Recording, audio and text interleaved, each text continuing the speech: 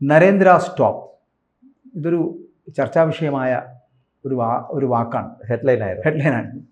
ആ ഹെഡ്ലൈൻ ഇപ്പോൾ പൊതുസമൂഹം ഏറ്റെടുത്തിരിക്കുകയാണ്. ഇങ്ങനെ ഇത്തരത്തിലുള്ള വാക്കുകൾ വന്നപ്പോൾ ഇപ്പോൾ നമുക്കറിയാം പി ചിദംബരവുമായിട്ട് ബന്ധപ്പെട്ട് വരുന്ന വിഷയത്തിലാണ് ഇത്തരത്തിലൊരു കോൺട്രവേഴ്സിയിലേക്ക് എത്തപ്പെടുന്നതും അത് വലിയ ചർച്ചാ വിഷയമാകുന്നതും വൈറലാകുന്നതും എന്നൊക്കെ പറയുന്ന തരത്തിലേക്ക് എത്തുന്നു. എന്തുകൊണ്ടാണ് നരേന്ദ്ര സ്റ്റോപ്പ് എന്ന് പറഞ്ഞു വെക്കുന്നത്? ഇതിനകത്ത് ഒരു പാരമ്പര്യമായിട്ട് ബന്ധപ്പെട്ടൊരു വിഷയമാണ്. ഇപ്പോൾ ഞങ്ങളുടെയൊക്കെ രാഷ്ട്രീയ സമയത്ത് തുടങ്ങുന്ന സമയത്ത് ഞങ്ങളൊക്കെ വിചാരിച്ചിട്ടുണ്ടായിരുന്നു കോൺഗ്രസ്സിന് ബദലായിട്ട് ആരും ഇല്ലല്ലോ, രാജ്യത്ത് പ്രതിപക്ഷമില്ലെങ്കിൽ രാജ്യം ചിഹ്ന ഭിന്നമായി പോകില്ല എന്നൊക്കെ നമ്മൾ വിചാരിച്ചു. നമ്മുടെ രാജ്യം വളരെ കംഫർട്ടബിളായിട്ട് ഇരുന്നുകൊണ്ടാണ് നമ്മൾ ആലോചിച്ചത്.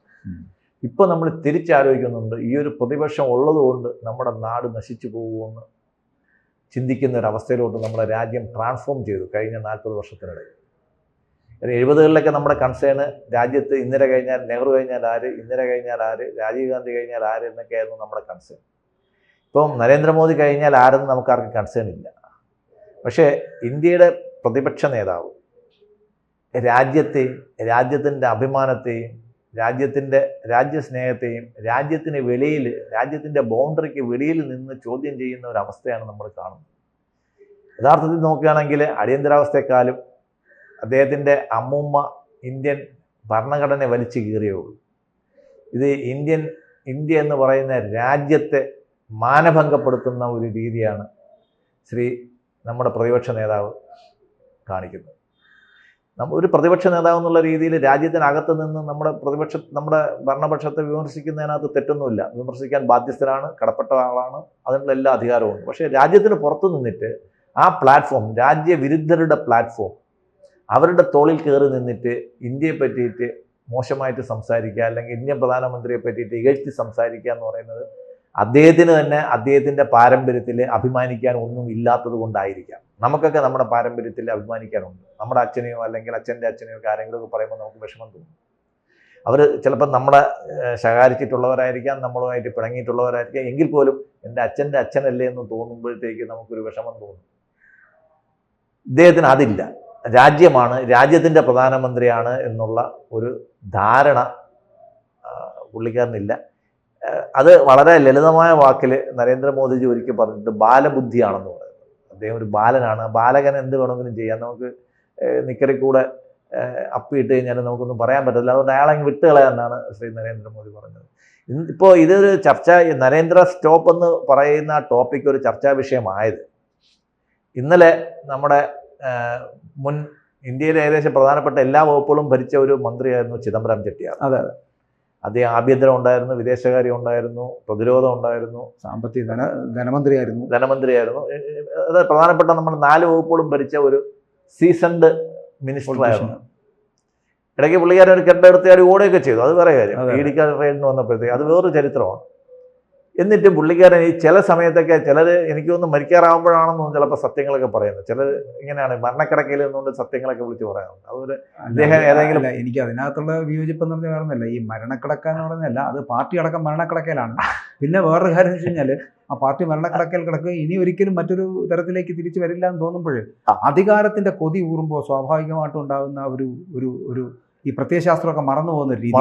അപ്പൊ ആ രീതിയിൽ എന്ന് പറഞ്ഞു കഴിഞ്ഞാൽ തിരിച്ചിനി ഇങ്ങനെ ഒരു വെളിപ്പെടുത്തൽ നടത്തിയാൽ ബി.ജെ.പിയിലേക്ക് എത്തുകയും ബി.ജെ.പിയിൽ വേണമെങ്കിൽ എത്തിയാൽ പുതിയ സ്ഥാനമാനങ്ങൾ നേടി കുറച്ചു കാലം കൂടി അധികാരത്തിലിരിക്കാൻ കഴിയുന്ന ആ അധികാരമാണ് ഇവിടുത്തെ പ്രശ്നം. ഈ കോൺഗ്രസ്സുകാരനല്ല, ആർക്കാരെന്ന് ഇപ്പം ഏതൊരു CPM-കാരനാണെങ്കിലും കോൺഗ്രസ്സുകാരനാണെങ്കിലും ഒക്കെ ഇപ്പോൾ അധികാരത്തിൻ്റെ പുറകിലാണ്. ഞാൻ ഈ CPM-ൻ്റെ കാര്യം പറയാൻ വേറൊന്നുമില്ല. ഇപ്പം തന്നെ 10 വർഷമായിട്ട് ഭരിക്കുകയാണ്. 9 വർഷം കഴിഞ്ഞ് 9-8 വർഷം കേരളം ഭരിച്ചുകൊണ്ടിരിക്കുന്ന പാർട്ടിയിൽ വീണ്ടും 10ാമത് വർഷം കഴിഞ്ഞിട്ട് വീണ്ടും ഒരു അധികാരത്തിൽ എത്തണമെന്ന് CPM-കാർ വിചാരിക്കുകയാണ്. പണ്ട് പാർലമെന്ററി ജനാധിപത്യം എന്ന് പറയപ്പെടുന്നതിൽ പാർലമെന്ററി മോഹങ്ങളൊന്നും ഇല്ലാത്തൊരു പാർട്ടിയായിരുന്ന കമ്മ്യൂണിസ്റ്റ് പാർട്ടിയാണ് ഇത്തരത്തിൽ ചിന്തിക്കുന്നതെന്നാണ്. അപ്പോൾ കോൺഗ്രസ്സുകാർക്ക് സ്വാഭാവികമായിട്ടും ഈ പ്രത്യയശാസ്ത്രമൊക്കെ മറക്കാം. ചിദംബരത്തിനൊപ്പമുള്ളവർക്ക് അധികാരത്തിലേക്ക് മടങ്ങി വരാൻ വേണ്ടിയിട്ട് ഇത്തരത്തിലുള്ള സത്യങ്ങളൊക്കെ വെച്ച് പറയാം. കേരളത്തിലെ വയലാർ രവിയുടെ മകനുമായിട്ട് ചേർന്ന് ഇദ്ദേഹത്തിൻ്റെ മകൻ ചില കാര്യങ്ങളൊക്കെ ഒപ്പിച്ചില്ലായിരുന്നെങ്കിൽ ഇന്ന് കോൺഗ്രസിൻ്റെ അൺക്വസ്റ്റ്യനബിൾ ലീഡറായിട്ട് തുടരേണ്ട ആളായിരുന്നു ശ്രീ ചിദംബരം.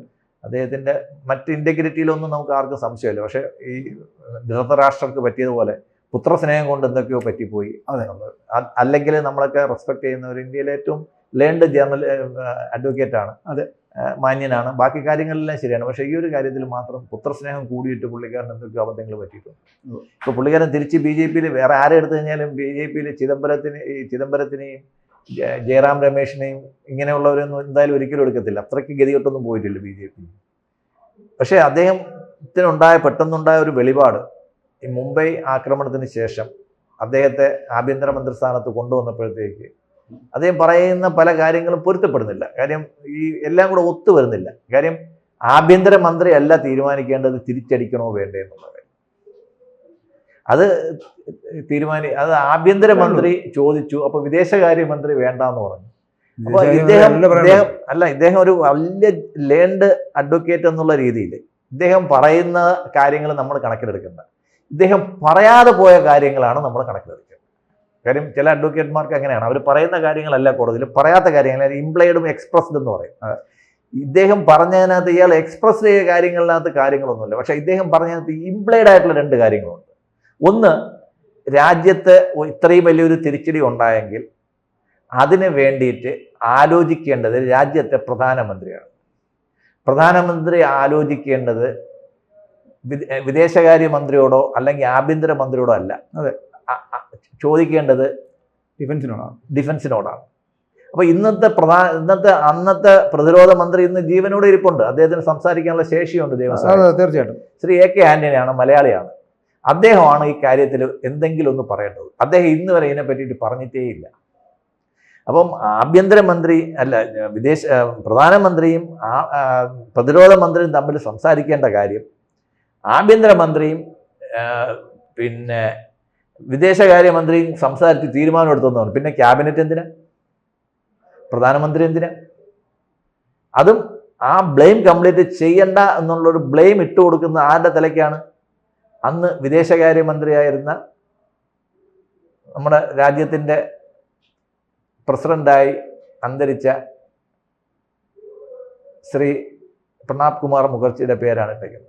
അദ്ദേഹത്തിന് മറുപടി പറയാൻ പറ്റാത്തൊരവസ്ഥയാണ്, മരിച്ചുപോയി. അപ്പം ഈ പറഞ്ഞതുപോലെ തന്നെ ശ്രീ ചിദംബരം കൈകാര്യം ചെയ്ത പോലെ തന്നെ ഏകദേശം എല്ലാ പ്രധാനപ്പെട്ട വകുപ്പുകളും കൈകാര്യം ചെയ്ത് സീസൺഡ് ആയിട്ടുള്ള ഒരു മന്ത്രി തന്നെയാണ് ശ്രീ പ്രണാബ് കുമാർ മുഖർജി. അപ്പോൾ പ്രണാബ് കുമാർ മുഖർജി അവസാന നാളുകളിൽ കോൺഗ്രസ്സിൽ നല്ല ലിസ്റ്റിലല്ലായിരുന്നു. അവസാനം അദ്ദേഹത്തിന് ഒരു പ്രധാനമന്ത്രി മോഹമൊക്കെ വന്നു എന്നുള്ള രീതിയിൽ പിന്നെ തീർച്ചയായിട്ടും അദ്ദേഹം ഒരു നെഗറ്റീവ് ലിസ്റ്റിലായിരുന്നു. അപ്പോൾ അയാൾക്കിട്ട് ഒന്ന് പണിതിട്ട് മറ്റുള്ളവർക്കൊക്കെ ഇൻഡയറക്റ്റ് ആയിട്ടും കൂടെ ഒന്ന് പണിയാം എന്ന് പറഞ്ഞിട്ടാണ് അദ്ദേഹം പറഞ്ഞത്. അന്ന് അദ്ദേഹം പറഞ്ഞത്, പ്രണാബ് കുമാർ മുഖർജി പറഞ്ഞ് സ്റ്റോപ്പ് എന്ന് പറഞ്ഞു, അതുകൊണ്ട് പിന്നെ ഞാൻ ഒന്നും ചെയ്തില്ല എന്ന് പറഞ്ഞു. അയാളല്ല സ്റ്റോപ്പ് എന്ന് പറയേണ്ടത്, ഇയാളല്ല ഒന്നും ചെയ്യാതിരിക്കേണ്ടത്. അപ്പോൾ അദ്ദേഹം സൂചിപ്പിച്ചിരിക്കുന്നത് AK ആന്റണി അതിനെപ്പറ്റി സംസാരിക്കുമെന്നാണ് അദ്ദേഹം പറഞ്ഞതിൻ്റെ പൊരുളെന്ന് പറയുന്നത്. പൊരുൾ. അപ്പോൾ ഇതിനെ പറ്റിയിട്ട് ഉള്ള ഒരു പ്രതികരണം, ശക്തമായിട്ട് കറക്റ്റായിട്ടുള്ള പ്രതികരണം വരേണ്ടത് ശ്രീ AK ആന്റണിയിൽ നിന്നാണ്. ആ പ്രതികരണം നമ്മൾ ഇതുവരെയും വന്നിട്ടില്ല. പക്ഷേ അത് വളരെ ക്യൂരിയസ് ആണ്. അതെ, അത് വളരെ ഞാൻ പറയട്ടെ, അത്തരത്തിലൊരു പ്രതികരണം എന്തുകൊണ്ട് ഉണ്ടാകുന്നില്ല എന്നുള്ളതും കൂടെ നമ്മൾ ചിന്തിക്കേണ്ടതാണ്. കാരണം അത്തരത്തിലൊരു പ്രതികരണം ഉണ്ടാവണമെങ്കിൽ അന്നത്തെ ചെയർപേഴ്സണെ കൂടെ അതിനകത്ത് ഉൾപ്പെടുത്തേണ്ടതല്ലേ? അങ്ങനെയാണെങ്കിൽ അവരെ കൂടെ ചേർന്നിട്ട് നടത്തേണ്ട ചില സംസാരിച്ചതായിട്ടേ പറയുന്നില്ല. ഇത് ക്യാബിനറ്റിൽ പ്രധാനമന്ത്രിയായിട്ട് സംസാരിച്ചതായിട്ടോ ഒന്നും പറയുന്നില്ല. അതെ, അപ്പൊ ഇദ്ദേഹം എന്തിനാണ് വിദേശകാര്യമന്ത്രിയുമായിട്ട് സംസാരിച്ചതെന്ന് പോലും എനിക്കറിയത്തില്ല. കാര്യം വിദേശകാര്യമന്ത്രിക്ക് ഇക്കാര്യത്തിൽ വലിയ റോളില്ല. തീർച്ചയായിട്ടും അത് എനിക്ക് തോന്നുന്നു ഇന്ത്യയിലുള്ള കൊച്ചുകുട്ടികൾക്ക് വരെ അറിയാവുന്ന കാര്യമാണ് ഇത്തരത്തിലുള്ള ഒരു ശരിയാണ്. നമ്മൾ യുദ്ധത്തിലോട്ട് പോകുമ്പോഴത്തേക്ക് നമ്മൾ വിദേശകാര്യമന്ത്രി അറിയിക്കേണ്ട കാര്യമുണ്ട്. കാര്യം എന്താ വെച്ചാൽ മറ്റു രാജ്യങ്ങളുമായിട്ടുള്ള ബന്ധങ്ങൾ നമ്മൾ ഉണ്ടാക്കണം. പ്രതിരോധ വകുപ്പ് എന്താണോ തീരുമാനിക്കുന്നത് അതിന്റെ തലവൻ ആരാണോ അവരാണ് അതിനൊരു തീരുമാനമെടുക്കുന്നത്. അത് കൃത്യമായിട്ട് ചെയ്യാൻ AK ആന്റണിക്ക് കഴിയില്ല എന്നുണ്ടെങ്കിൽ അത് തുറന്നു പറയാം. ഇനി അഥവാ അതല്ല AK ആന്റണിക്ക് കഴിയുന്നില്ലെങ്കിൽ AK ആന്റണിയെ നയിച്ചിരുന്ന ഒരാളുണ്ടായിരുന്നല്ലോ, അതിന്റെ ചെയർപേഴ്സൺ എന്ന് പറയും, പ്രധാനമന്ത്രി അല്ലെങ്കിലും പ്രധാനമന്ത്രിയുടെ റോള് നിർവഹിച്ചിരുന്ന സോണിയാഗാന്ധി. ആ സോണിയാഗാന്ധിക്കൊക്കെയുള്ള ബന്ധം എന്താണെന്ന്, അല്ലെങ്കിൽ അവരെന്താണ് ഇതിനകത്തെടുത്തൊരു തീരുമാനം എന്നൊക്കെ പറയേണ്ടതല്ലേ? അങ്ങനെയാണ് അതാ പറഞ്ഞത്. ഇതുമായിട്ട് ബന്ധപ്പെട്ട് തീരുമാനങ്ങൾ എടുത്ത് നടപ്പാക്കിയ 2 പേര് ജീവനോടെ ഇരിപ്പുണ്ട്. അവരെ കൊണ്ട് പറയിപ്പിക്കാൻ വേണ്ടിയിട്ടാണ് ശ്രീ ചിദംബരം ചെട്ടിയാർ ഇത്രയും പറഞ്ഞതെന്നാണ് ഞാൻ മനസ്സിലാക്കുന്നത്. കാര്യം ഇത് പറയേണ്ടത് സോണിയാണ് പറയേണ്ടത് ആന്റണി അടുത്താണ്. 2 ഒരു പള്ളിക്കാരാണ്. അതുകൊണ്ട് പിന്നെ അവർ തമ്മിലൊന്നും പറയാൻ നമ്മൾ പ്രതീക്ഷിക്കണ്ട. അവർ പറയില്ലായിരിക്കും. പക്ഷേ ചിദംബരത്തിന്റെ ലക്ഷ്യം എന്താണ് എന്നുള്ളതാണ് നമുക്കിപ്പോൾ ചിന്തിക്കാനുള്ളത്. ചിദംബരം എന്തുകൊണ്ട് ഇങ്ങനെ ഒരു തീരുമാനത്തിലേക്ക് എത്തി? എന്തുകൊണ്ടായിരിക്കും ഇത്തരത്തിലൊരു സമീപനം ഇപ്പോൾ സ്വീകരിച്ചത്? താങ്കൾ പറഞ്ഞതല്ലേ സോണിയയും AK ആന്റണിയും പറയട്ടെ എന്ന് പറഞ്ഞാൽ അതിനർത്ഥം എന്താണ്? സോണിയയും AK ആന്റണിയുമാണ് ഇത് പറയേണ്ടത്. ഇങ്ങനെ ഒരു യുദ്ധം എന്ന് പറയപ്പെടുന്നില്ല, അല്ലെങ്കിൽ ഡിഫെൻഡ് ചെയ്യേണ്ട ഒരു നിമിഷത്തിൽ ഡിഫെൻഡ് ചെയ്യണ്ട എന്നാണ് ഇവർ പറഞ്ഞതെങ്കിൽ ഇവർ പറയട്ടെ എന്ന് പറഞ്ഞാൽ അതുകൊണ്ട് അദ്ദേഹം ഉദ്ദേശിക്കുന്നത് എന്താണ്? ഇത് ആരെ സംരക്ഷിക്കാനാണ്, അല്ലെങ്കിൽ ആരുടെ പക്ഷത്തേക്ക് പോകാനാണ് ചിദംബരം? തീർച്ചയായിട്ടും സോണിയയും ആന്റണിയും ഡിഫൻസിലാക്കാൻ വേണ്ടിയിട്ടാണ് ചിദംബരം ചെട്ടിയാർ ഇങ്ങനെ ഒരു കാര്യം പറഞ്ഞത്. കാര്യം ഇനി അവരുടെ അടുത്ത് ആൾക്കാർ ചോദിക്കും, അവർക്ക് മറുപടി പറഞ്ഞല്ലേ പറ്റത്തുള്ളൂ. അത്രയാണ്.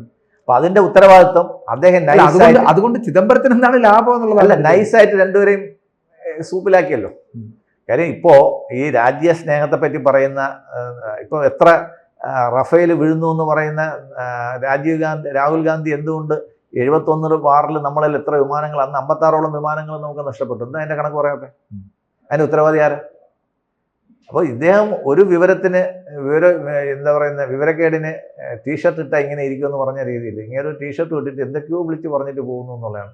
നമ്മൾ രാജ്യത്ത് ഇപ്പോഴും ഞാൻ ആദ്യം പറഞ്ഞ വാക്കുകൾ ഞാൻ റിപ്പീറ്റ് ചെയ്യാണ്. രാജ്യത്ത് പ്രതിപക്ഷത്തെ പറ്റിയും പ്രതിപക്ഷത്തിന്റെ ശക്തിയെ പറ്റിയിട്ടും നമ്മൾ എപ്പോഴും ആശങ്കാകുലരാണ്. അല്ല, അവിടെ ഒരു കാര്യം ഞാൻ പറയട്ടെ, താങ്കൾ പറഞ്ഞ അതിനോടൊക്കെ ഞാൻ യോജിക്കുന്നുണ്ട്. പക്ഷേ ഒരു ഭരണ സംവിധാനത്തിൽ, ഒരു ജനാധിപത്യ സംവിധാനത്തിനുള്ളിൽ പ്രതിപക്ഷം എന്നുള്ള ഒരു സംവിധാനം ആവശ്യമില്ല. ഭരണപക്ഷം ഏകാധിപതിയായി പ്രവർത്തിക്കുകയോ ഏകാധിപത്യപരമായിട്ടുള്ള സമീപനങ്ങൾ സ്വീകരിക്കുകയോ ചെയ്താൽ അതിനെ എതിർക്കുവാൻ, ജനത്തിന് ഉപകാരമല്ലാത്ത തരത്തിലുള്ള പ്രവർത്തനങ്ങൾ കാഴ്ചവെച്ചാൽ അതിനെതിരെ ശക്തമായി പ്രതികരിക്കുവാൻ കരുത്തുള്ള ഒരു പ്രതിപക്ഷം അത്യന്താപേക്ഷിതമല്ലേ? കാരണം 100% ജനങ്ങൾ ഒരിക്കലും ഇപ്പോൾ മോദി ഗവൺമെൻറ്റിനെ ആണെങ്കിലും മറ്റൊരു ഗവൺമെൻറ്റിനെ ആണെങ്കിലും അംഗീകരിക്കുന്നില്ല. അവർ നമുക്ക് 70-72% പോളിംഗ് നടക്കുമ്പോൾ 36-38% വോട്ട് നേടി അധികാരത്തിലെത്തുന്നവർ മാത്രമാണ് ഇവർ.